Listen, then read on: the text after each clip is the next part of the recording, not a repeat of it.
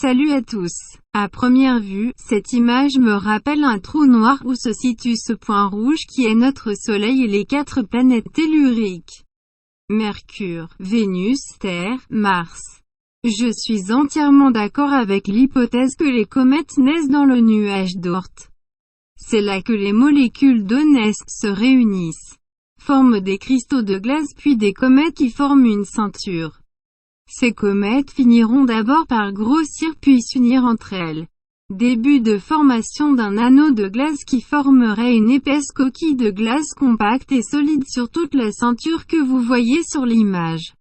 C'est-à-dire la ceinture d'astéroïdes, le nuage d'Oort, la ceinture de comètes. Ces 4 éléments formeront un anneau de glace et de matière autour des 4 planètes terrestres, Mercure, Vénus, Terre et Mars.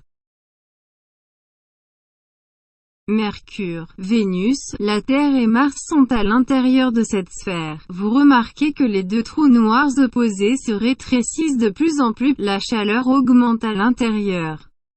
Ce qui explique le réchauffement inévitable de notre planète Terre. L'attraction de l'hydrogène, qui sert de carburant au Soleil, devient plus forte.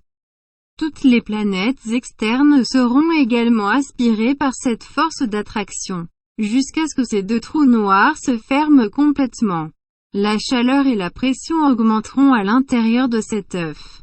Les planètes seront réduites en poussière qui collera sous le souffle du Soleil sous cette coquille de glace et formera une couche de matériaux solides jusqu'à ce que la force de pression à l'intérieur de la sphère l'emporte sur la résistance de ces couches de matière et de glace.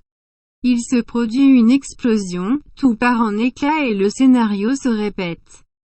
Il se formera des planètes à partir de ces morceaux de matière, de glace et si les conditions se réunissent comme sur notre planète actuelle. Une ou plusieurs planètes où la vie reprendra à zéro avec d'autres créatures. Peut-être qu'ils nous ressembleront.